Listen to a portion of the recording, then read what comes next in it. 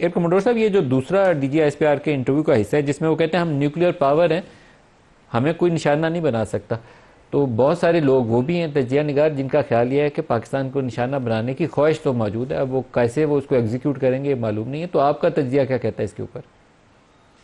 मलिक साहब, ये जो ख्वाहिश है ना, ये कोई 40-50 साल पुरानी ख्वाहिश है। और मैं अपने एक्सपीरियंस से सिर्फ थोड़ी ऑथेंटिसिटी ऐड करने के लिए कह रहा हूँ कि जब मैं नौजवान फाइटर पायलट था, तो जो कवटा का न्यूक्लियर प्लांट था, मैंने कोई 5 साल तक एयर डिफेंस अलर्ट ड्यूटी की हुई है। नूर खान एयरबेस, जो अब नूर खान है, उस वक्त चिकलाला एयरबेस होता था।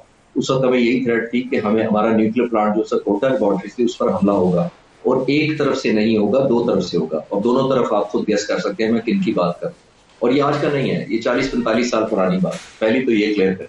और दूसरी बात ये है कि उस सब से लेकर आज तक कोई अटेम्प्ट हुई है, कोई कामयाब नहीं हुई, हिम्मत नहीं हुई। वजह क्या थी? इसलिए नहीं कि हमारे दुश्मन नहीं, इसलिए कि अल्लाह ताला के बाद हमारा रिजॉल्व बहुत स्ट्रांग था।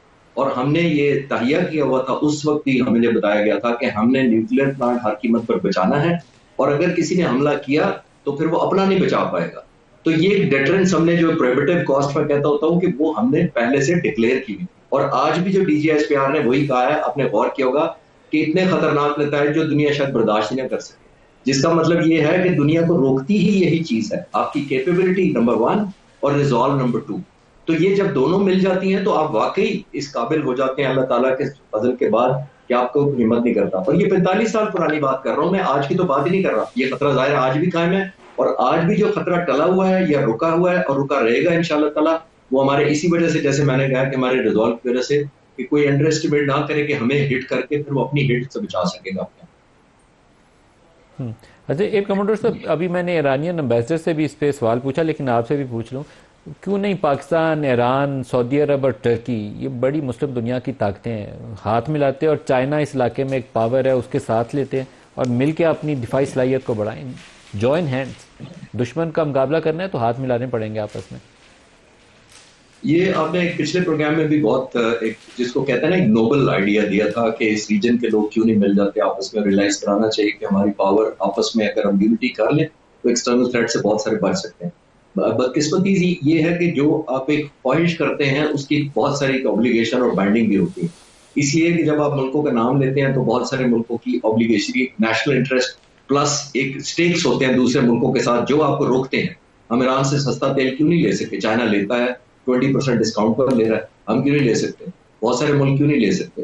क्योंकि एक्सटर्नल प्रेशर्स इतने होते हैं। और आप उन मुल्कों को जो भी इस तरह का एक रीजनल बनाते हैं, फॉर्मेशन बनाते हैं या एक इंटीग्रेशन करते हैं, वो बहुत सारी जो दूसरी ताकतें होती हैं जो नहीं चाहती कि उधर खड़े हो, वो अपनी स्ट्रिंग पुल करना शुरू कर देती हैं। अपने अपने जॉब के साथ स्टेक होते हैं उनके, चाहे वो ट्रेड की शक्ल में हो, चाहे मिलिट्री हार्डवेयर की शक्ल में हो, चाहे किसी और फैसिलिटेशन के सेंस में हो ग्लोबली।